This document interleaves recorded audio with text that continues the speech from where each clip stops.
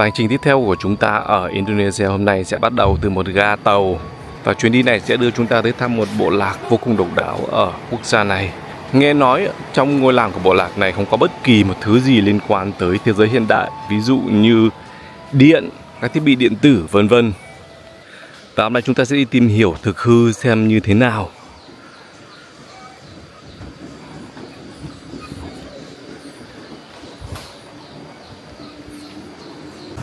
Xong chặng đầu tiên khoảng gần 2 tiếng đồng hồ đi tàu.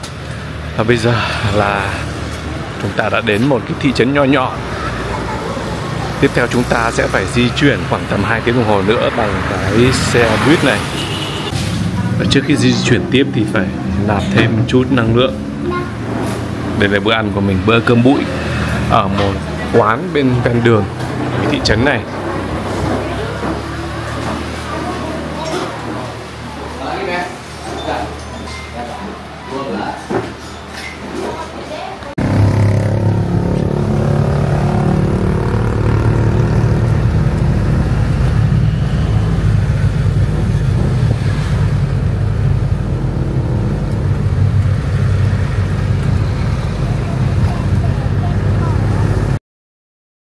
Mình vừa đi xe buýt tới cái thị trấn cuối cùng này. Và từ đây để tới được đích thì chỉ có cách duy nhất là đi bộ. Đi bộ vào các khu rừng sâu để tìm những người bộ lạc đó.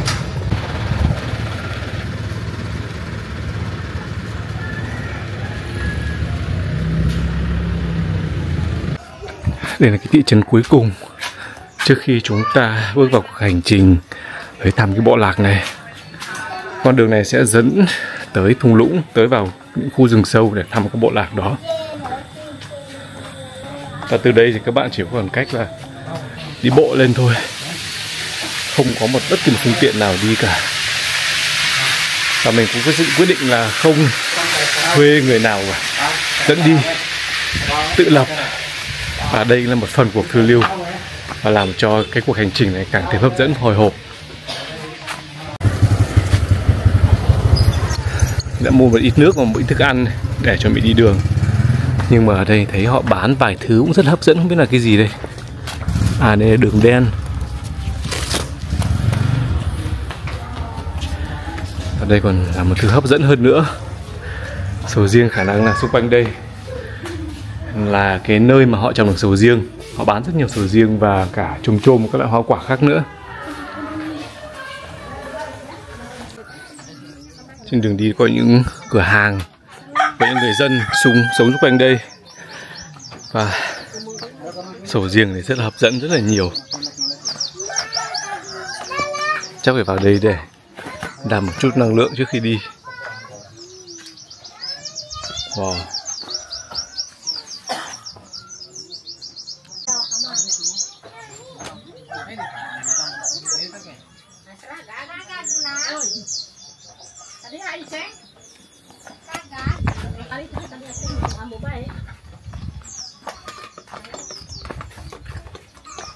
Durian, Pak.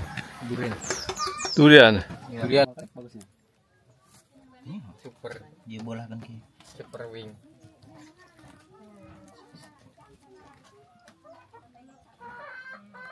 Bagusan itu. 26. Sầu riêng tươi vừa vào từ vườn về đấy, họ trồng rất nhiều. Xung quanh đây là một vựa sầu riêng.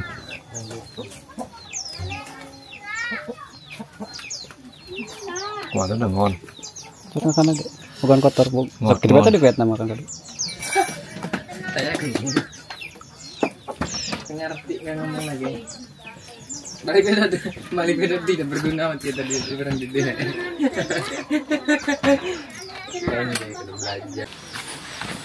Những ngôi làng nằm rất là sâu trong rừng. Bạn thấy đây, chôm chôm, rất nhiều chôm chôm.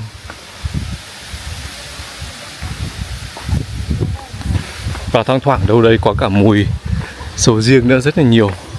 Ở dưới kia có cửa hàng họ bán sầu riêng.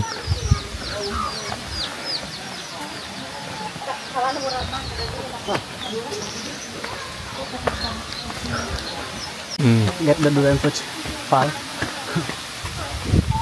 Trong này có một cái rừng sầu riêng Có vẻ như là họ không trồng mà nó mọc hoang hay sao ấy. Khi quả rụng thì họ chỉ cần lên để vặt xuống.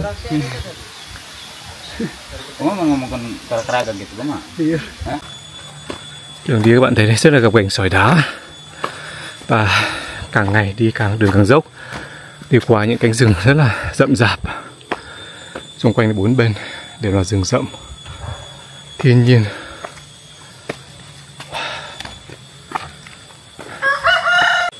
Rừng không mông quạnh. Xung quanh đây không có ai cả. Thi thoảng ở đây có một vài người dân người ta đi đâu đó về thôi. Còn đây không một ai hết. Đi khá là mệt. Ta hết mồ hôi. Đi được khoảng tầm gần 1 tiếng rồi. Chắc khoảng tầm gần 1 tiếng nữa thì sẽ tới được ngôi làng mà mình cần tới. Trước tiên chúng ta phải băng qua con suối này. Toàn rừng rậm. Có cái cầu gỗ rất là đẹp. Cầu tre thì đúng hơn. Và lấp ló đằng sau kia cũng là những ngôi nhà.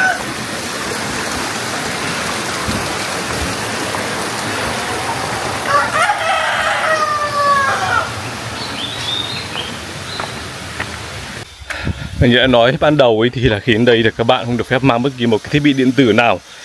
Ví dụ như điện thoại, máy quay. Nhưng mà khi đi qua mấy ngôi nhà ở đây thì mình cũng quay rất bình thường mà không ai nói năng gì cả. Không biết là họ nghĩ rằng là mình khách du lịch do vậy mà có thể bỏ qua được hay là như thế nào. Bây giờ chúng ta sẽ đi tiếp. Lát nữa vào ngôi làng của họ xem là họ phản ứng như thế nào.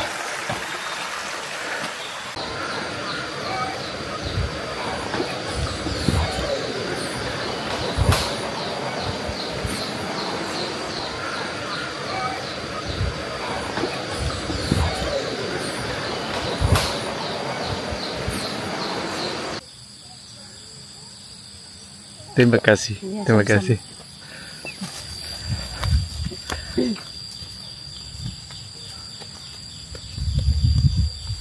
Những cô gái và những người phụ nữ của bộ lạc này với cái mũ truyền thống rất là to.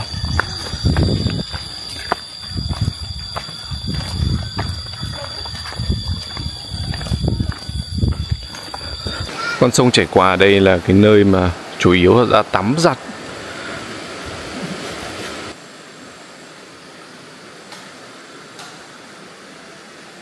Và đây tre chủ yếu họ dùng để xây dựng, xây nhà, xây cửa, xây cầu.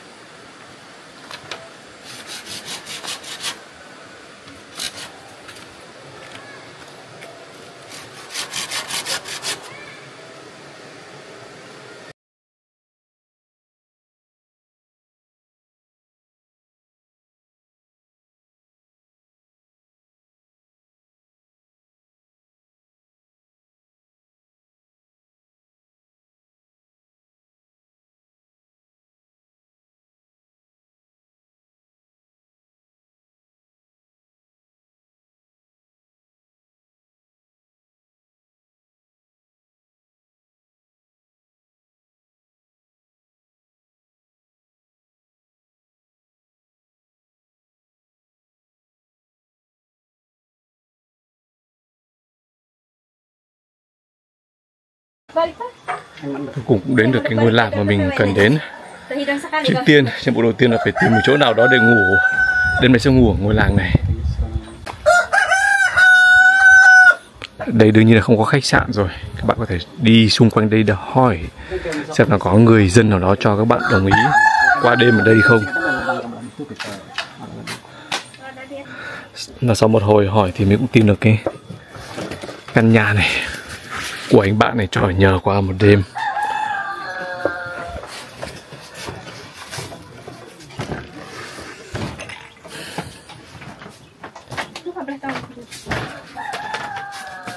Có hẳn cả một cái đệm mà thôi. Đó, đây không có điện đóm gì cả, rất là tối tăm. Đây sẽ là nơi ở của mình. À, thế may này có cái cửa sổ này.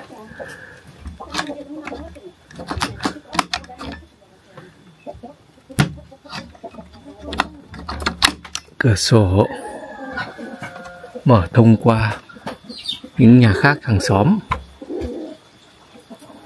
Đó, chúng ta sẽ đi khám phá ngay bây giờ. Và điểm đặc biệt của bộ lạc Bà Đuôi này là họ từ chối một cách rất là nghiêm khắc tất cả những gì thuộc về thế giới hiện đại, ví dụ như là các trang thiết bị về kỹ thuật, công nghệ, điện thoại. Và ở đây ngôi làng này, các ngôi làng của bộ lạc này là họ không hề có điện. Họ tuân thủ một cái thời gian biểu làm việc rất là nghiêm khắc. Ví dụ tầm 6 giờ tối, trời tối là họ phải đi ngủ rồi. Và họ dậy rất sớm, 5-6 giờ sáng cũng đã dậy rồi.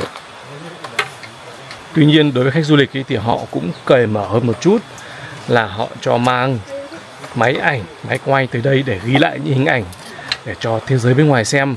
Và đương nhiên khi các bạn tới đây thì các bạn trước khi quay phim chụp ảnh các bạn cũng phải hỏi để họ cho phép thì mình mới được làm. Những ngôi làng của họ rất là đẹp.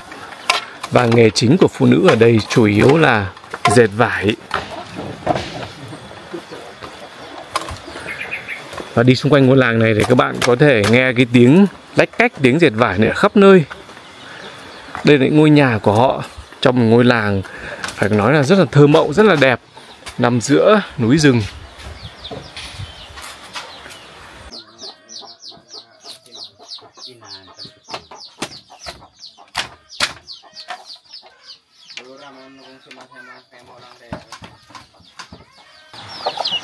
Và trồng trọt và chăn nuôi cũng là cái công việc chính của người dân ở đây. Họ nuôi cả chim nữa. Củi dùng để nấu nướng.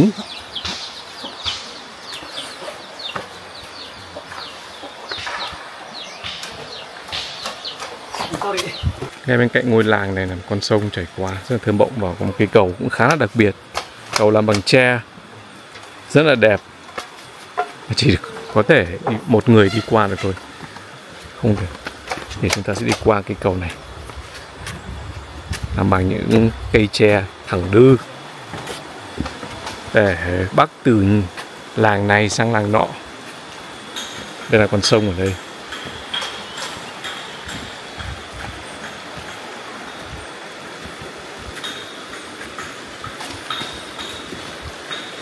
Lung la lung lay. Nhưng mà chắc chắn là không vấn đề gì, tại vì cây cầu này có vẻ khá là chắc chắn. Đằng xa các bạn có thấy không? Có một số người đang giặt quần áo. Và qua tìm hiểu ở đây thì người dân của bộ lạc Bà Đuôi này họ không hề dùng xà phòng để giặt, nên là họ tránh tất cả những cái gì thuộc về thế giới hiện đại. Không dùng xà phòng và họ cũng không dùng bàn chải, dùng thuốc đánh răng để đánh răng.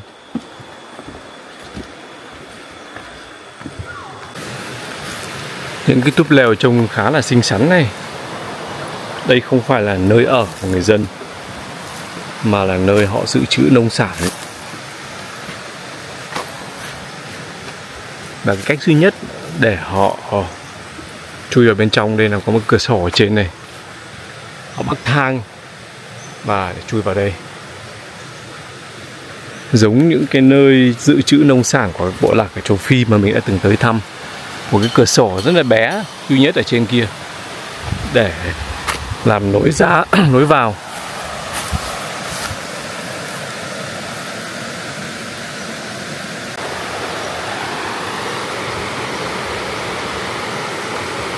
Tiếng sông chảy rất là to, róc rách.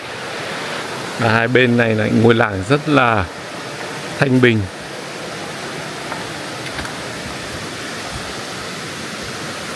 Dạng tre thẳng tắp.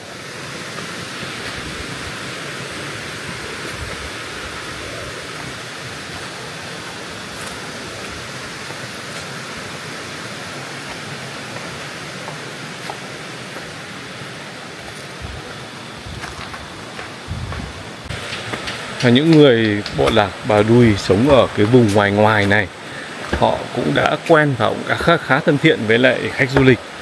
Tuy nhiên những ngôi làng mà nằm ở tít sâu trong cái khu vực này ấy, thì là họ tránh khách du lịch hoàn toàn, tức là những người mà ngoại đạo, những người nước ngoài là họ cấm không cho tới thăm ngôi làng của họ, tức là họ tránh xa thế giới bên ngoài một cách rất là nghiêm ngặt và cục bộ.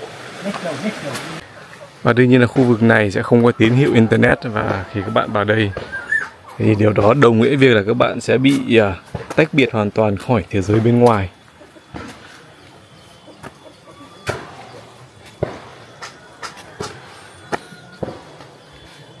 Ngôi nhà nào cũng giống ngôi nhà nào. Đằng sau là những cánh rừng rất là rậm rạp. Đây là cái sản phẩm dệt của họ.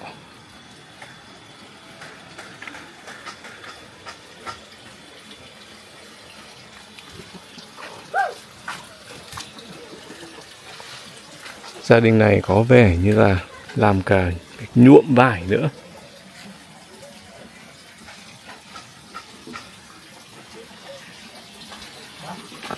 Nước non ở đây họ lấy từ suối hoặc là lấy từ nước mưa. Họ có một cái ống lấy nước từ trên rừng, trên các nguồn nước ở trên đồi, trên rừng kia xuống. Bây giờ chúng ta sẽ vào thăm một trong những ngôi nhà của họ để xem bên trong trang thiết bị như thế nào. Nhà làm rất mát mẻ. Đây là bằng tre. Tất cả là bằng tre cả, rất là mát mẻ.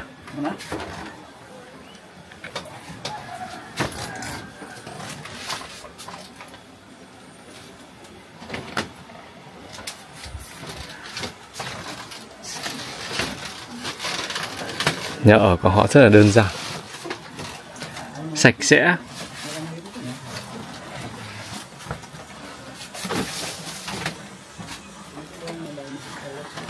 Bếp rất là ấm cúng.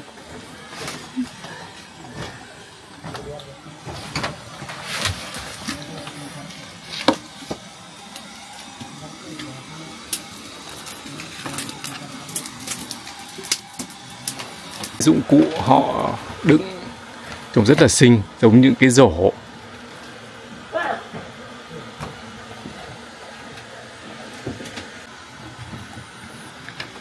Đồ dùng của họ cũng rất là ngăn nắp và sạch sẽ. Nói chung là người dân của bộ tộc này sống rất là sạch sẽ, ngăn nắp, cũng hiện đại.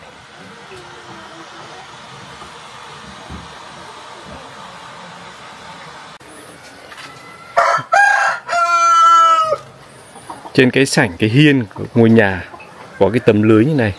Và ở cửa ra vào nữa họ cũng để tấm lưới như này để không cho gà chạy vào.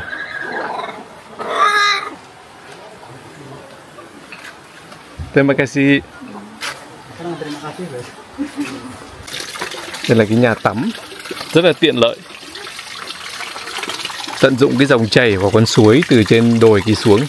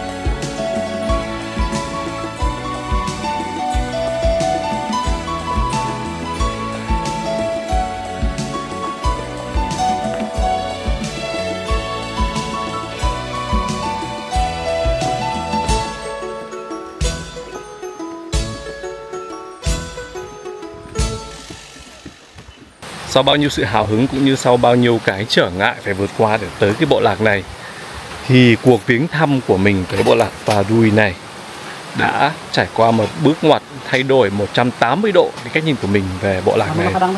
Và sau một hồi đi một vòng xung quanh cái ngôi làng này thì mình phát hiện ra những thứ làm mình thay đổi lại suy nghĩ về bộ lạc này. Vì bây giờ các bạn hãy xem đây. Và theo những cái lời mình đọc được, mình tìm hiểu được thì ở đây họ không sử dụng tất cả những cái gì liên quan tới thế giới hiện đại, ví dụ như là các đồ điện tử, các điện đóm, các thiết bị mà ở đây họ thậm chí còn không sử dụng cả thuốc đánh răng, những cái chất mà liên quan tới hóa học như thuốc đánh răng, dầu gội đầu. Tuy nhiên các bạn hãy nhìn tất cả những cái thứ mà mình tìm được ở đây.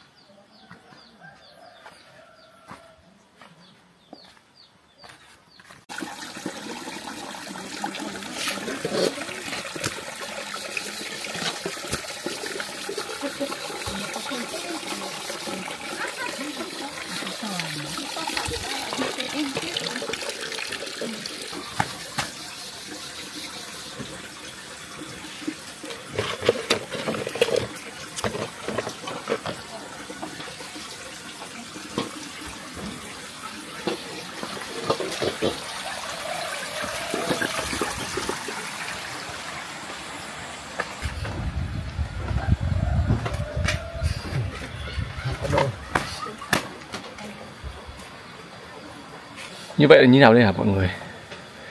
Không thể ngờ được. Quả thật là mình hơi thất vọng một chút sau khi đi xung quanh đây và khám phá được những cái thứ mà họ quảng bá rằng là không có ở cái ngôi làng của bộ lạc này. Chung là thất vọng tràn trề, không biết là phải nghĩ nào nữa. Đây là một cái điều hoàn toàn khác so với những gì mình đọc được của những trang du lịch, những gì mình tìm hiểu được và những cái lời quảng cáo của các cái nơi mà họ tổ chức tour tới cái bộ lạc này. Mà rất may mình không sử dụng bất kỳ một cái công ty nào cả mà tự đến đây một cách hoàn toàn độc lập. Tuy nhiên cái sự thất vọng cũng không thể giấu được. Không biết là phải nghĩ thế nào nữa. Đây chẳng qua là một cái gọi là cái mánh để quảng bá du lịch, hay là bộ lạc này họ đã thay đổi lối sống, họ đã tiếp nhận cái sự hiện đại, công nghệ kỹ thuật hiện đại, có sự thay đổi trong thời gian vừa qua, hay là như nào khác. Thực sự bây giờ mình không biết phải nghĩ nào nữa. Hoàn toàn khác so với những gì mà mình mong đợi, mình chờ đợi ở đây.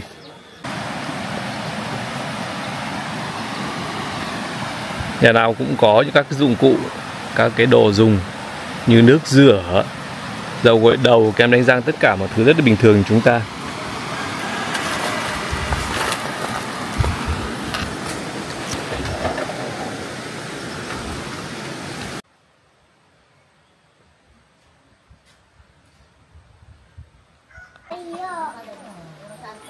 Người dân đây thực sự là có xuống suối để tắm, nhưng mà cái thứ mà họ cần để tắm rửa thì họ vẫn có bình thường như chúng ta.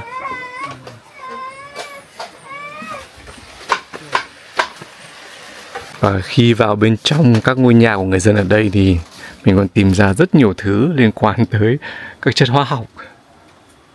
Đây các bạn hãy xem đây. Ngoài nước xả, xà phòng, kem đánh răng, còn có rất nhiều các loại make up. Tức là khác hoàn toàn so với những gì mà mình đọc và tìm hiểu được, và khác so với những lời quảng cáo nữa. Đây nữa, đây là một túi make up của một cô gái ở trong này. Cô gái sống ở trong cái ngôi nhà này.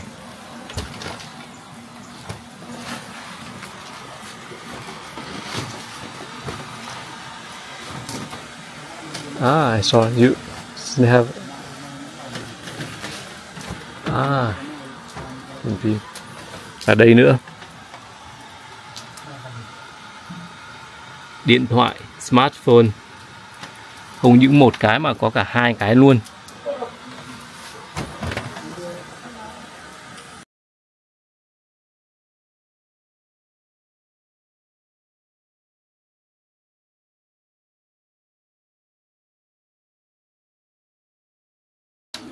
Một cái bình ắc quy nhỏ để sạc, để nạp điện. Đường dây điện. Đây là cái hệ thống sạc năng lượng, cái tấm năng lượng mặt trời. Đường dây điện đi qua đây và đấy, nước hoa rất là xịn sò nữa, cộng với một cái sạc điện thoại di động smartphone. Như vậy là bộ lạc này hiện nay không hề chối bỏ những gì thuộc về thế giới hiện đại hoặc là những cái thiết bị của kỹ thuật công nghệ. Họ sống cũng khá là bình thường như chúng ta thôi. Như vậy là đây là lần đầu tiên mình đi trải nghiệm tới các bộ lạc mà bị thất vọng bởi vì tất cả những cái gì mà người ta viết trên sách báo, trên mạng đều không đúng với sự thật mà mình thấy được, tận mắt chứng kiến thấy được ở đây. Và trước khi đến đây ấy, thì mình được cảnh báo rằng là phải mang theo tất cả đồ ăn, tại vì ở đây họ không hề có đồ ăn, đồ uống. Tuy nhiên các bạn thấy đằng sau mình đây, ở cái ngôi làng này chẳng hạn, họ bán có rất nhiều cửa hàng bán đồ ăn vặt như thế này. Ở đây chả thiếu cái gì ngoài những đồ ăn vặt như này. Bánh trái, mì tôm. Các bạn hoàn toàn có thể bảo những người ở đây họ nấu cho mình ăn, đặt cho mình ăn và mình trả tiền họ. Ngoài ra ở đây còn có rất nhiều hoa quả nữa. Hồng xiêm, chôm chôm. Và đây là cô chủ nhà này, cô chủ cửa hàng này đang ngồi dệt vải. Ở đây có cả một công tắc điện. Và hy vọng là tối hôm nay có điện, chứ không phải là ở đây họ không có điện như người ta đã nói.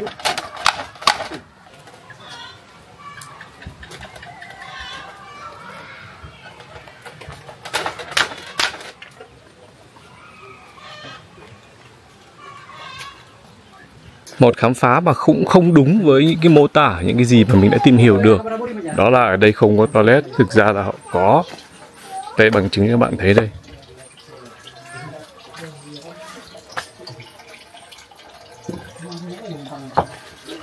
Đó. Không hẳn là họ phải ra sông ra suối, mà họ cũng có nhà vệ sinh rất bình thường chúng ta.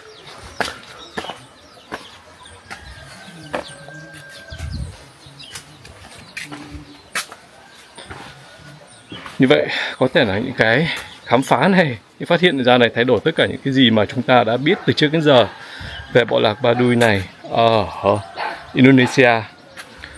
Tuy nhiên cũng có thể là những cái bộ lạc mà như mình đã nói ở phần đầu ấy, là những cái làng mà sống ở trong cùng của cái khu này, là những cái làng mà có thể vẫn còn có duy trì được cái phong cách sống là chối bỏ tất cả những cái gì thuộc về giới hiện đại. Còn những cái làng này thì họ đã sống bình thường như chúng ta, không có gì khác nhiều lắm. Ở đây thậm chí còn có những cửa hàng buôn bán và sửa chữa điện thoại nữa.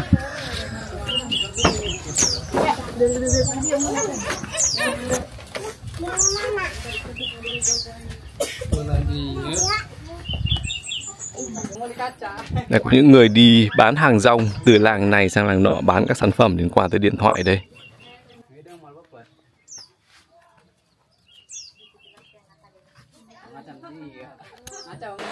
Như vậy có thể nói là đây là một cú lượm khá là ngoạn mục. Tuy nhiên là mình không đổ lỗi cho những người dân của bộ lạc này, mà đổ lỗi cho những người mà viết lên những cái bài đó, quay những cái cảnh đó và mang đến cho những người xem, những khán giả, những các bạn những thông tin không đúng sự thật lắm về cái bộ lạc này.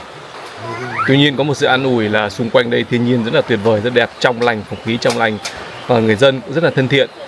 Và như các bạn đã biết thì đêm nay mình đã quyết định ở đây một đêm sống cùng bộ lạc này để tìm hiểu thêm về cuộc sống của họ, xem là có gì mới để chúng ta có thể khám phá nữa không, và có điều gì hay ho mà chúng ta sắp được tìm hiểu nữa không. Trời bây giờ đã nhá nhem tối rồi. Ở đây có buồn tẻ duy nhất đó là đây không có sóng điện thoại và internet ở đây, và ở đây là bị tịt hết, không bắt được sóng internet nữa. Vậy và bây giờ chỉ còn chờ thời gian trôi qua đến sáng ngày hôm sau để đi tiếp thôi. Người dân ở đây họ có vẻ như là cũng không có việc gì làm ngoài việc ngồi hóng chuyện cùng nhau từ nhà này sang nhà khác, chỉ cách nhau mỗi cái lối đi này thôi.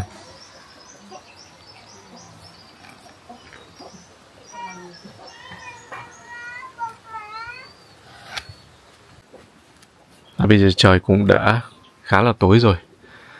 Cả buổi tối xuống thì người ta chỉ có một cái đèn duy nhất này, lấy điện từ năng lượng mặt trời, những cái tấm nạp năng lượng mặt trời để chiếu sáng. Như vậy là họ vẫn dùng điện chứ không phải là không có điện. Và đây là cái bữa tối mà anh chủ nhà đánh mời, một bát mì và một đĩa cơm. Như vậy cũng không hẳn đúng là như người ta đã nói là bộ lạc này cứ 6 giờ họ đi ngủ và 5 giờ hôm sau họ dậy. Bây giờ là khoảng tầm 6 rưỡi, trời vẫn chưa tối hẳn, vẫn còn nhập nhoạng. Bạn chủ nhà thì cũng có cái smartphone Samsung. À, ok. Và đây quả thực là không có internet. Nếu mà muốn truy cập mạng chắc là họ phải đi khỏi ngôi làng này. No internet. No. No net. Internet thì Di terminal. Terminal. Muốn chúng ta phải ra ngoài chỗ khác. Facebook, Instagram. Iya. Yeah. Iya. Đây là bữa tối của mình ở Bộ Lạc tối hôm nay. Bây giờ là khoảng hơn 6 rưỡi một chút, trời vẫn chưa tối hẳn. Ở đây cảm nhận đầu tiên là buổi tối là trong nhà nào hầu như cũng có một cái đèn. Cái đèn mà như đã nói thì là họ chiếu sáng bằng cái tấm năng lượng mặt trời. Cái đầu điện lưới chắc là ở đây là không có, thật là không có. Mì tôm trộn với cơm.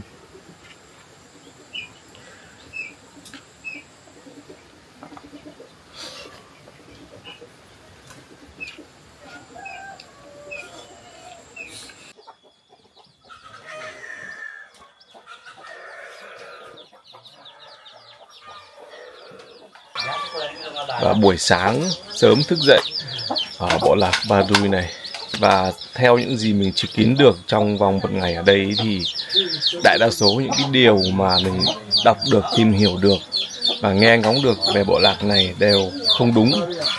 Thực sự là họ đúng là họ không có điện lưới thật, nhưng mà họ vẫn dùng điện chạy do năng lượng mặt trời.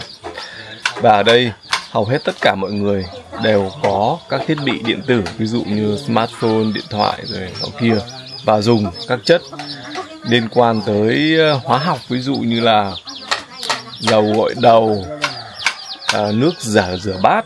Quả thực là thế giới này bây giờ mọi thứ đều thật giản lộn không biết đâu mà lần. Chỉ có đến tận nơi, chính đến tận mắt thì mới có thể tin được.